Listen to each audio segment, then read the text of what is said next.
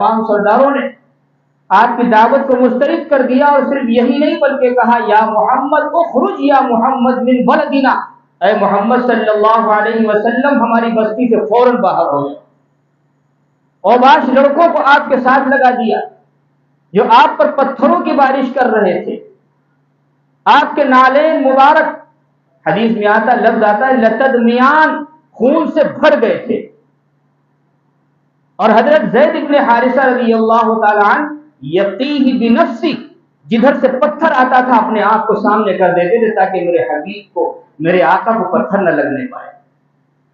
روایات میں ہے کہ ان کے سر میں زبردست زخم ہو گئے، مصائب سے گزرنا پڑا۔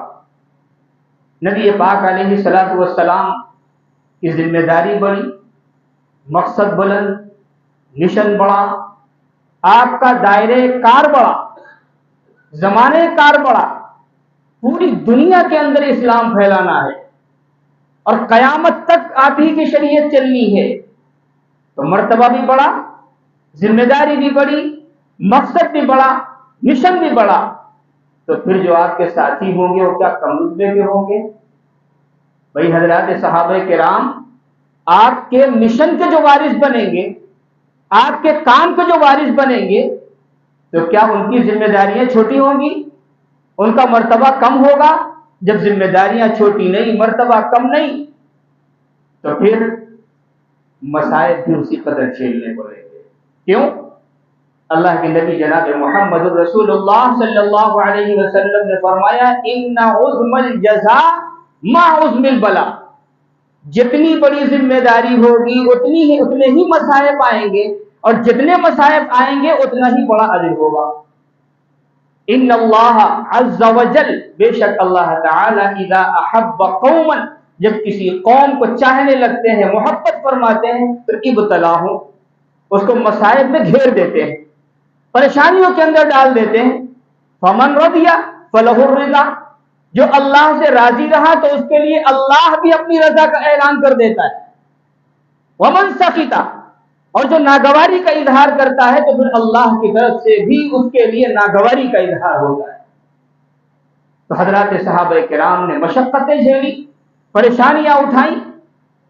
خود حضرت خباب رضی اللہ تعالیٰ عنہ، ان کے بارے میں ہے کہ دہکتے ہوئے انگاروں پر ننگا کر کے ان کو لٹایا جاتا، ان کے جسم کی چربی پگھلتی تھی، جس کے نتیجے میں وہ انگارے بجھتے تھے۔ پریشان ہو کر کے نبی پاک علیہ الصلوۃ والسلام کی خدمت میں حاضر ہوئے اور عرض کرتے ہیں الا تستنصر لنا، کیا آپ ہمارے لیے اللہ سے مدد نہیں مانگیں گے؟ الا تدعو لنا، کیا آپ ہمارے لیے دعائیں نہیں کریں گے اللہ سے؟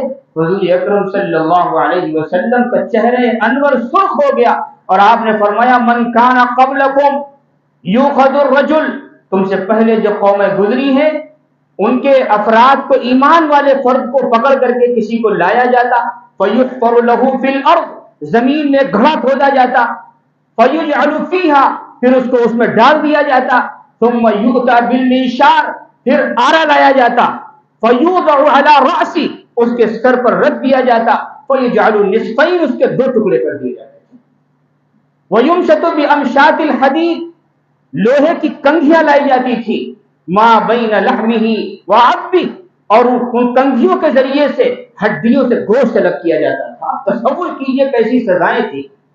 اللہ کے نبی جناب محمد رسول اللہ صلی اللہ علیہ وسلم فرماتے ہیں ما یصد ذلک عن دینی، ان تمام سزاؤں کے باوجود ان کا حال یہ تھا کہ یہ سزائیں ان کے دین سے ان کو ذرہ برابر بھی ہٹا نہ سکیں۔ آج مختصر سے حالات آ جاتے ہیں، گھبرا جاتے ہیں، پریشان ہو جاتے ہیں۔ حضرات صحابہ کرام کی تربیت فرمائی نبی پاک علیہ الصلوۃ والسلام نے،